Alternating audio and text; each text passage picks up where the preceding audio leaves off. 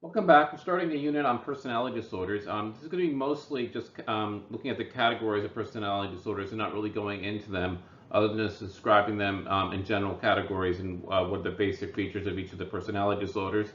And we're going to spend some time distinguishing personality disorders from mood disorders as well, because sometimes there's kind of a mixing of the two. So let's begin with our roadmap.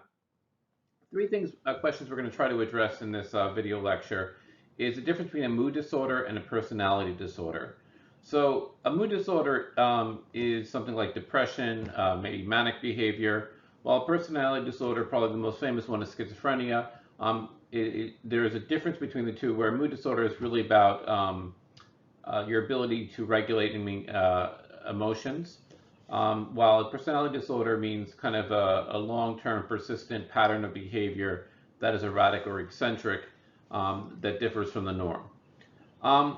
Second thing we're going to look at is why personality disorders are often undiagnosed in adolescence. And part of the reason, and the biggest reason of this, is that adolescence is a time of change. Personalities are under development, and it's because it's natural for personalities to be in flux during this period and sometimes to exhibit extremes. Generally, their rule is that you don't diagnose personality disorders in people in their adolescent years. That doesn't mean that people don't suffer from elements of it or there aren't early signs of personality disorders during adolescence. Is that generally they are not treated as a disorder at that time of their life. And lastly, and just kind of more of a reflection question, is how can we support adolescents and young adults who deal with personality disorders? I think, unfortunately, a lot of personality disorders have been either vulgarized, where we use the terms like schizo or bipolar or borderline personality disorder to describe what is really ordinary behavior, and as a result, we use these terms maybe too loosely and not really reserving the terms for people who are really suffering from clinical personality disorders. And I think the other thing is that very often, because personality disorders are distinguished by odd or eccentric behavior that kind of deviates from the norm, it's often become fodder for comedy and humor, where people use the terms or kind of mimic some of the behaviors you might find in the personality disorders, and as a result, I don't think show proper sympathy or empathy or support for people who are suffering from these disorders. So let's talk about the first question, which is what are mood disorders versus personality disorders? The first thing I think needs to be understood is that it's not an either or. You could have mood disorders and personality disorder. It's not exclusive of each other. So it's not like, and there's sometimes overlapping behavior where bipolar, which is generally considered a mood disorder, might get to the point where it kind of shares some of the traits of some personality disorders. So it's not an either or. It's not one or the other. You could have both, but I think it's important to distinguish what they are, both by their causes and what is really going on underneath. So mood disorders are generally an inability to regulate your emotional highs and lows, which means that all of us have highs and lows.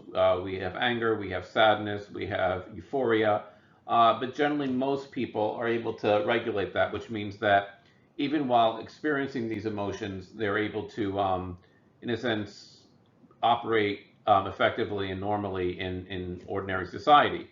Um, some people, and so for example, the feelings of depression are not unique to depression. People have the feelings of sadness and grief that are common in depression, but they don't have them in, let's say, a persistent way, and most people are able to identify it and then regulate it, or at least in a sense, to help themselves out of that. While someone who has been diagnosed with clinical depression generally will feel depressed for an unidentifiable reason, which means they just feel depressed, but there's no clear cause of the depression, but also they're not able to correct their depression or in a sense, to heal themselves. And so what most people think is that mood disorders have a biological origin, which creates a chemical imbalance, which means that people who have mood disorders have either deficits or surpluses of various chemicals in their body, either having them to be manic, meaning like kind of euphoric, outside of what a normal reaction to events would be, or more depressed. Bipolar, meaning people who kind of swing from from depression to mania or manic depressive behavior.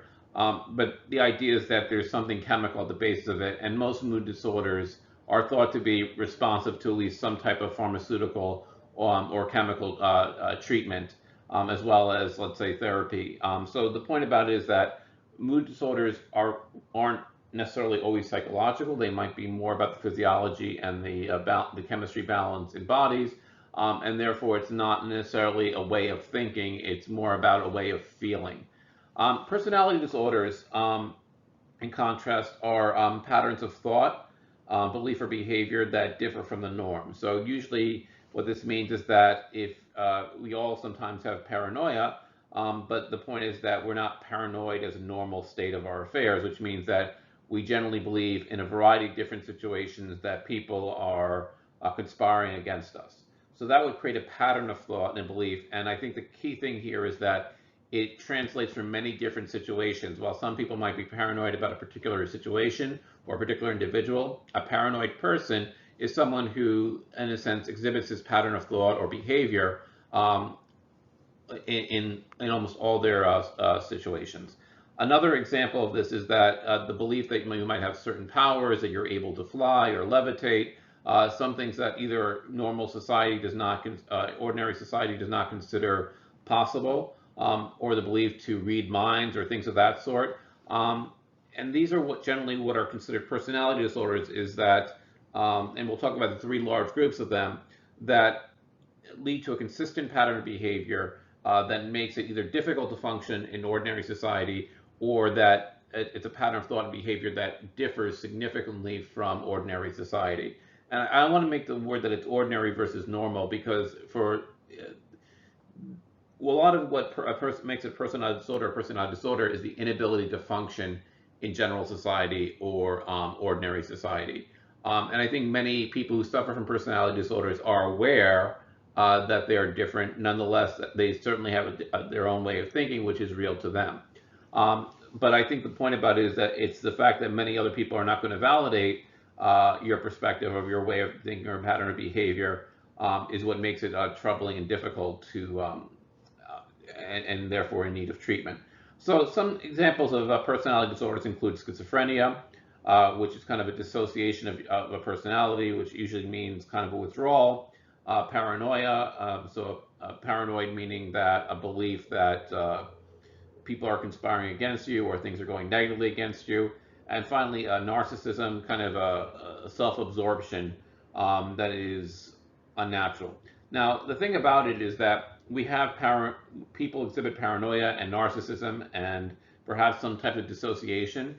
And so sometimes these behaviors are labeled as being personality disorders, or we're saying, oh, you're being schizo or you're being narcissistic. And I think the important thing about here is the persistence and the exhibit of this behavior in multiple different situations, where many people have some type of schizotypal, paranoid, or narcissistic behavior for individual people or specific situations or specific people. They generally don't have that pattern for all the situations in their life, and that's what distinguishes someone with psychological disorder from someone who might have one or two of these behaviors. So when you describe them, it's not like, oh, well, I can think of a time when this applied to me. This doesn't mean you should self-diagnose yourself with a personality disorder. So some thoughts, and I sort of touched on these already. I think that one of the problems with personality disorders is that there's a vulgarization of the disorder, which means that these terms have a technical and clinical meaning for psychologists and psychiatrists, but they're also used in everyday parlance, which means people use these terms. And sometimes, so, say someone's paranoid, or to say someone's schizo, or to say someone is borderline. Generally, when their personality or their behavior is annoying to you, rather than in the sense that it's really that different.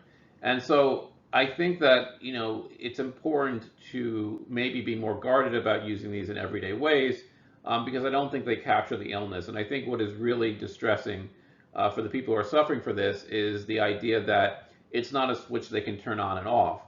And some of them, I think, there are moments of clarity and become aware that they have a problem, that they are different, and their differences are not acceptable or looked down upon by their by their peers, and so there is a sadness because the inability to control yourself and to get the things you want out of your behavior. Sometimes people kind of romanticize people with these disorders because somehow they are free from the conventions of society, or is it would it be nice to be crazy sometimes? And in the sense that most of the people like the idea that they could have another personality or they could have some of these euphoric feelings. But I think that, that's a view from the outside. People who have these personality disorders, and if you have someone in your life or you're in contact with that does, I think you're probably aware that there's a great sadness to it because there's awareness that you're not able to control it, and you know that it's different, and you know that it's there, but really the lack of control over it is really what makes it not funny at all and very sad. And I think the other thing is that there's a tendency to humorize a disorder, which means that because personality disorders are characterized by eccentric and odd behavior or things that seem very different, and particularly like people refer to people who are maybe organized and very structured as having OCD, and some people who are but they're not really obsessive compulsive, I guess is the point. And people like to make fun of some of the behaviors because they seem odd from the perspective of an ordinary or and general society ordinary person. Some people that seem to be changing their attitude, which means they go from being angry to sad to happy, and their emotions seem to move around, are sometimes described as being schizophrenic, and that's really not what someone with a clinical diagnosis of schizophrenia or schizotypal behavior has. And I think the point is that people make jokes about it, and I think that's I guess once again it's really not funny because it's the individual behavior exhibited might seem humorous because it's an extreme behavior, but once again the people who are really clinical diagnoses of these, um, they can't control it, and the point is that it's not funny for them, and it's not really funny because it's not a dream that you wake out of. It's not like there's really no end to it, and some people have a lot of difficulty and also work very hard to escape or to improve or find a way of living with these. So I guess what I'm going to say is, before we talk about some of these in particular, is that adopt a posture of showing respect for people that uh, don't engage in some of the negative portrayals of it, and become part of that. And I'm sure this applies to many of you. Make an extra effort to be compassionate and understanding. And I realize that some of the behaviors are difficult, and sometimes this can lead to violence and not safe for some other people. And there's reasons why some people are institutionalized. Um, but the point is that go in with the charity of your heart and try to be understanding first when dealing with people with these disorders without necessarily being enabling of some of these disorders. Okay, so there's three large categories of personality disorders, and I'm going to call them category A, B, and C, although that's not necessarily the clinical thing, but I think this is a good way to categorize them. Let me start with category C first and work back up to category A. Category C are generally ones that are neuroses. They're driven by anxiety and fear. So a dependency disorder is one where there's a fear of loss or the fear of needing someone else to give direction and control. And then there's obsessive compulsive disorder, which is the idea that if things are out of place or things that are not correct, that everything will fall apart. So, for example, people who need to line up to have everything organized, to have everything neat, to have everything in its place, and if it's not in its place, they're not able to maintain an emotional balance or not able to retain normal behavior because they become obsessed and compulsive about it, which means they have to do it seeming to everything. Like they work, if the world is not in order, they can't. If the exterior world is not in order, their interior world is also not in order. Um, the category B disorders are ones that where it's more outwardly directed. So the point is that it involves people having dramatic or emotional or outbursts, and usually it's directed toward others in society. So even the ones like narcissism, it's that it's not simply inward toward themselves. Like as we'll talk about category disorders, I think that the idea is that there's a little bit of a retreat into their own um, internal world. With category B disorders, it's very often uh, emotional or dramatic. So histrionic are people who you might see fly off the handle, that their reactions are exaggerated, their reactions are amplified to an extent that does not is not the way that the general society behaves. Borderline personality disorder is the inability to maintain a personality, and so you'll see kind of a switching between personalities or different types of um, behaviors that can be disruptive to normal social behavior. And narcissism and antisocial behavior either becomes from the excessive focus on yourself to the point that you don't recognize and understand the feelings of others. So the point is that you're so self-absorbed, or you're so, in a sense, anti, uh, uh, uncaring or unfeeling toward people around you, that you have negative impacts on them. So anyone, as I said, there are people who are antisocial, there are people who are narcissistic. I think the point about this is that this is a general, let's say, state of behavior, and sometimes in ways that are disruptive. So not caring about people or insisting upon your own way or yelling out loud is something that kind of groups together the category B of personality disorders. And then finally, the category A disorders are odd eccentric behaviors, but generally they are kind of uh, inward directed. So someone who's paranoid, it's mostly the way they're thinking in their own mind, which means that um, they don't, well, a paranoid behavior can affect other people. It's mostly in your own way of thinking and the way that you interpret the events. So that other people might not be aware, or other people might not be affected by your paranoia, but it affects you because it's your way of thinking and a way of your processing information. The same thing with schizoid and schizotypal disorders, which is something where you kind of have withdrawal, uh, sometimes become a lawyer, or in a sense become in your own world, and dissociating yourself from, let's say, your public personality. And so the thing is that the behavior from the outside is odd and eccentric, but it doesn't necessarily affect other people. It mostly affects the person suffering from it. Um, Not that obviously any psychological disorder can potentially have an impact on other people, but the point is that it's mostly how their mind is processing to themselves, how they're taking information, and in a sense, their own little their own little mental world is what might be out of uh, abnormal. And that's what might lead to the odd and eccentric behavior. But sometimes that odd and eccentric behavior is not necessarily harmful to others. It just seems out of place, or, in a sense, odd. So let's talk about these in more detail. So some specific examples of category disorders include a paranoid personality disorder. You'll see percentages at the bottom of some of these paragraphs, and that indicates what percentage of the total population exhibits signs or has been diagnosed with these different disorders. So a paranoid personality disorder is a marked distrust of others, that others are conspiring against them, exploiting them, harming them. I have a cousin who, because of lobotomy, um, due to epilepsy and seizures, tends to believe that she's being poisoned by her parents. Uh, and even when her parents are giving her ordinary food, she believes that they're out to harm her and they're negative to her, and so this defines all the interactions with her. The kind of belief that everyone around you is somehow malevolent is kind of the marking of a paranoid personality disorder. It can also lead to the things that small little things are become big things. So, like if someone doesn't give you your favorite meal at a certain time, you might hold a grudge on that much longer than an ordinary person would, or general society would.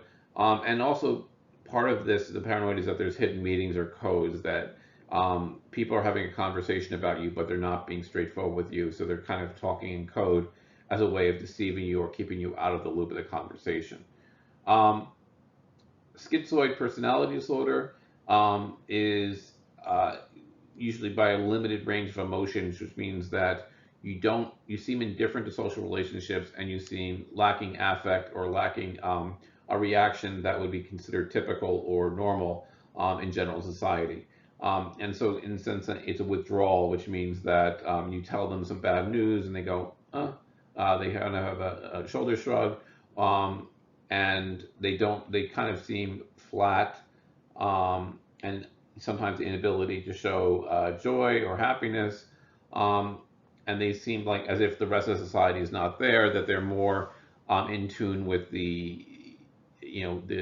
with their interior personalities, and they're the working of their own minds than they are with, let's say, interacting with other minds. Um, so schizotypal personality disorders um, generally are related to schizoid personality disorders, but it's more by peculiar thinking, which means belief in having magical powers, belief in psychic phenomenons. People who I had a professor in college who believed that he was Earth's representative to alien societies.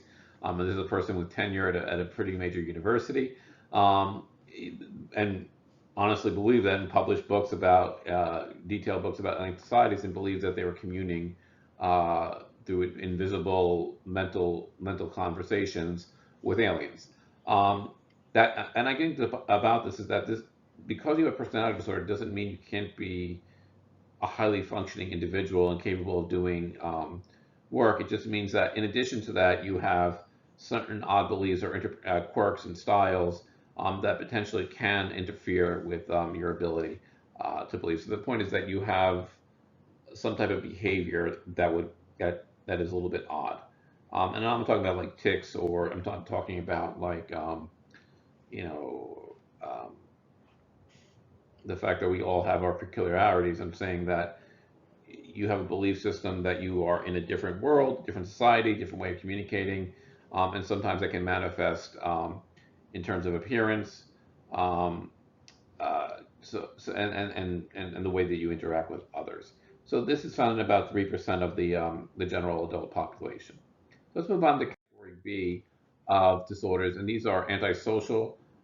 Ones that what we're talking about is that they tend to have dramatic or outbursts and things of that sort. Or you should maybe be able to say they have an impact on society in their manifestations. So someone who's antisocial is someone who basically rejects social norms and social rules, and in some senses deliberately goes against them. Um, Generally, these are when we refer to people as psychopaths or sociopaths. Those are general terms referring to someone with an antisocial personality disorder. I would say basically it's an inability to empathize or understand rules or to think that you above the rules.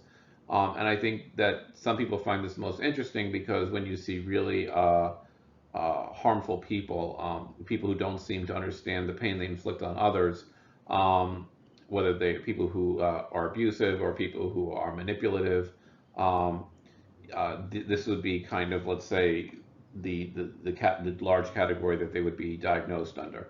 And as a result, they might have an inability to get along with others. However, they might, in a sense, be able to manipulate, which means they might seem to be very functional because they're manipulative. And so they might be able to act in a certain way to get what they want, but it's maybe perhaps there's not a genuineness under them. So people who are controlling or particularly I think abusers have a way of gaining trust and acting as confidence people, meaning taking people into their confidence, but with the purpose of exploiting them or using them or hurting them. And so you see this about in 3% of men and 1% of women having this type of personality disorder. Another type of category B would be a borderline personality disorder, which means I think that this has to be distinguished from being bipolar, although it might seem to have similar manifestations. Is that you lack a border to your personality and you lack your own identity, and because you don't have like an anchor to say this is the real you, you don't have a single presentation or manifestation to people. So there's no clear you there underneath, let's say, the demonstration of moods. And as a result, what might be happening is that you're going to have rapid mood swings and unstable relationships, because everything is reactive to the situation. There is no like personality that leads to a grounding of that. And as a result, if people don't know who you are and you're a different person every single day, this can be very disruptive to any type of social arrangement, whether family or relationships or friendships. You can't make long-term planning because the you in the future is going to be different than the you that you're now. Um, and you don't have a sense of self-identity. And so sometimes what this seems to be is a manifestation of different personalities or multiple personalities. Um, and uh, the it appears in about 2% of adults. While antisocial personality disorder is something that's more found in men than women, borderline personality disorder is often more found in young women. And sometimes might be it's kind of a hollow or a lack of personality, and as a result, you tend to take on the personality of your social setting or the people around you. But that because those can change, you can change as well. This has a high rate of self-injury, which means people who are cutters or people who hurt themselves on purpose, not necessarily to kill themselves, but in the sense that pain is a way of feeling. Um, and but as a result, there's going to be a higher rate of suicide attempts, and obviously, if you have more attempts, the chances of those being successful, in quotation, suicides is higher because even though they might not have suicidal intent, if you get close and you take in a lot of events, some of them are going to go badly, and the probability of killing yourself is much higher.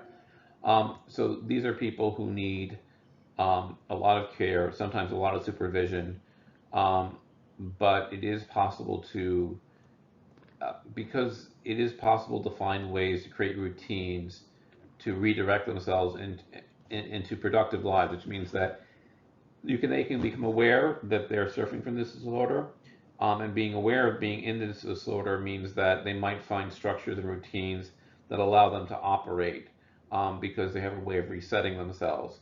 But I think that it is difficult because, as I said, manic depressive behavior, bipolar behavior, hormonal behavior can seem to be similar to this, but having maybe different causes. Where there it's a regulation of the chemical balances in your body. Here it's more about the lack of a self identity, or an identity that's kind of hollow, or an identity that takes on its environment. And as a result, having no anchor tends to drift a lot and change a lot. Um, some more category B disorders. Histrionic personality disorder. This one is that you have exaggerated displays, very theatrical, and it, there are many people who have theatric personalities. It's not that you're theatrical; it's that your inability to control it or your ability to regulate it when it's not appropriate is not available to people with histrionic personality disorder. So that they seem to need attention. They can be dramatic. They can be sexually provocative. The point about it is everything is amplified. And to use kind of an expression from something different, there's a movie called This Is Spinal Tap, and they said, we'll turn the volume to 11. It seems like they're on high volume all the time, and nothing is muted. And as a result, their emotions are just always strong emotions. They don't have between emotions. They don't have subdued emotions, and that can make it difficult to interact. And this, as I said, it can lead to maybe excessive extroverted behavior, but not an extroverted behavior that is wanting to engage with other people socially. What it's really about is, in a sense, serving the ego need of getting attention, and the way of getting attention is to be kind of, in a sense, very loud. Um, and once again, as I said, there are people with loud and theatric personalities. That doesn't mean they have a disorder. It means the people who generally, it's the only thing that they have, it's the only reaction that they have, and they're not able to control that. Um, for the, in a sense, that some people are able to dial down and realize that not everything is a histrionic, or not everything has to be over the top. A narcissistic personality disorder is, I would say, kind of um, grandiosity, a belief that you are capable of doing things that are either unrealistic or exaggerating the import of what you are doing. I had a cousin who I would say kind of had was diagnosed with a variant of this, and I can remember meeting him in his 20s and telling me how he was going to run for Congress and president, and being kind of focused on their own plan of the world and their kind of mission, almost what some people might call a messiah complex, the idea that they're living in a fantasy world of which they are the star of their fantasy world. It's kind of like believing that you are a superhero and superpowers and the world revolves around you. And as a result, your ego is the kind of sun of the world that everything else revolves around. And where it's important is that why this is a social aspect to that is that you are not dissociated from the world in the sense that you're content with living in your own mind and your own judgment and evaluation of yourself. It's that you want others to share the same view of you that you have of yourself. And so the idea is that you want to take your view of the world and basically inject it into everyone else's, and not being able to appreciate that other people have different views. While this is not a disorder, you can kind of see this in terms of the narcissism you see in small children, where they see everything in terms of their own needs and don't always understand that there's other people with other needs and feelings that are different from themselves. Maybe a better way of saying this is that it's seeing the entire world as an extension of yourself, and as a result, you are insensitive to the opinions and feelings of others. So, other things about this is that sense of entitlement, exploiting others because you put your goals ahead of their goals, generally a lack of envy, and kind of a lack of empathy, but an envy of others, meaning that if anyone else is getting attention, kind of resenting that. And this can lead to obviously demonstrations of arrogance and haughtiness and pomposity, to go along with the grandiosity. So this affects about 1% of the adult population. So now we're going to get to the last category, which is our ones that are driven by anxiety and fear.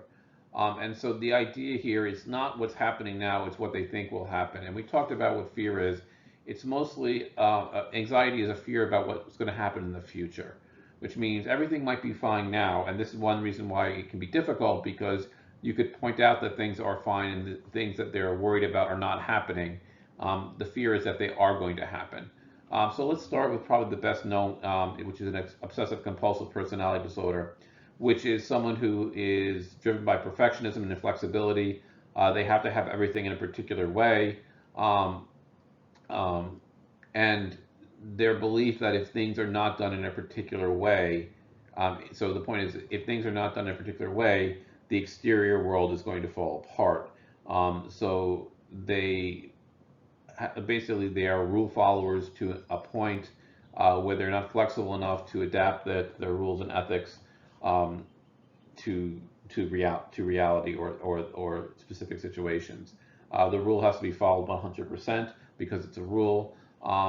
And where I'm not saying about people, it's one thing to have conviction, and it's one thing people to have strong principles and views. But generally, what that comes with is a bigger vision of what the principles underlying those rules are. I think that the thing with an obsessive compulsive personality is someone who makes the rule itself more important than the underlying value or principle that the rule is based on, and they're not able to, in a sense, modify the rules to serve, let's say, the value of the principle, and they're enabled to, in a sense, to uh, to uh, they're inflexible in their perfectionism. A dependent personality disorder is someone who is worried about loss. Like you can't be by yourself. You feel like you'll be if you're alone, you're going to be alone forever. You can't make decisions on yourself. You need someone to, in a sense, have control over you, or to, to tell you what you want to do. And there is a submissive aspect to it, but it's mostly driven by a fear of separation, which means that my friends will not stay my friends forever. If someone is not physically present in my environment, then I think they'll never come back again. And this is characterized by a lack of self-confidence and decisiveness. Now, are there people who have this, demonstrate some of these behaviors? Uh, yes, I think a lot of people sometimes can be submissive, dependent, fear of a separation, of loss. But these are, I mean, to the extreme where these people don't believe if someone leaves a room that they're not going to come back. And the idea that it is an incredible lack of self-confidence that I'm not worthy and therefore people will treat me badly. And therefore the few people in their life become very important, and they become defensive of those people and kind of, in a sense, obsessed with those people. Avoidant personality disorder is people who are, shy to an extreme. They avoid, um, basically, so kind of we might call social anxiety disorder. They feel like they're unable to express themselves. They feel they're disliked. They take small criticisms harshly, and they have a fear, I guess, of rejection. So here is that the fear is what's going to happen when they do something. Now, once again, most people are afraid of talking in public speaking. Most people are afraid of rejection in social circumstances. Many people would like to be liked, and people feel tense and anxious about this. I think what's happening with this is that as a result of these feelings, these people are people who cut themselves off in society or unable to work in social situations, which means that there's an avoidance of social situations and therefore it becomes a self-reinforcing part of their personality. So let's some concluding thoughts. I talked about how to support people with personality disorders, and I'm not a psychologist or psychiatrist, and I'm not giving any clinical advice about this. But I do think it's important to be understanding, not in a sense of validating someone with a personality disorder, saying that their view of the world is real and being enabling of that. But there is a charity of the people and understanding, and I think particularly of a patience, because their behavior is going to be difficult because it's either odd or eccentric, or it's overly dramatic, or it seems to be irrational to people. That it's hard. These people often, um, it's hard to be patient with these people because their behaviors are difficult in an ordinary society to sometimes incorporate. But I think there's an understanding that there is a hurt and loneliness and sometimes a fear of the lack of control they have over their own personality. And I think the point is to always approach it from the fact that these are people who are suffering, that what they're doing is not about you. It's not about making your life difficult. Their life is the most difficult, and therefore to be charitable and understanding of them, and to take the kind of attitude, and also to not engage in some of the humor or vulgarization of their conditions, and to be and to educate yourself to be understanding and not in a sense blame. I guess what I'm saying is like there is often a tendency to blame these people because our theory of mind is that other people are doing things on purpose, and therefore they're choosing to do these things, and therefore when they do these things that are hurtful to us, they're choosing to be hurtful to us on purpose. Maybe perhaps a better way to think about it, these are people who are trapped inside their own psychology in a way that makes it difficult for them to for them to live. And I think that many of them know that, and it's very sad, and they understand how difficult they are, but they still are not able to control their behavior. So patience, empathy, compassion, and education about it so that you understand their behavior better rather than being judgmental about the behavior. So this is the last video lecture for this year. Just want to say thank you to everyone who's listening at home, and hopefully for the people for the seniors, good luck, and for the juniors and sophomores, I hope to see you next year in the fall, and stay safe and stay healthy. Bye.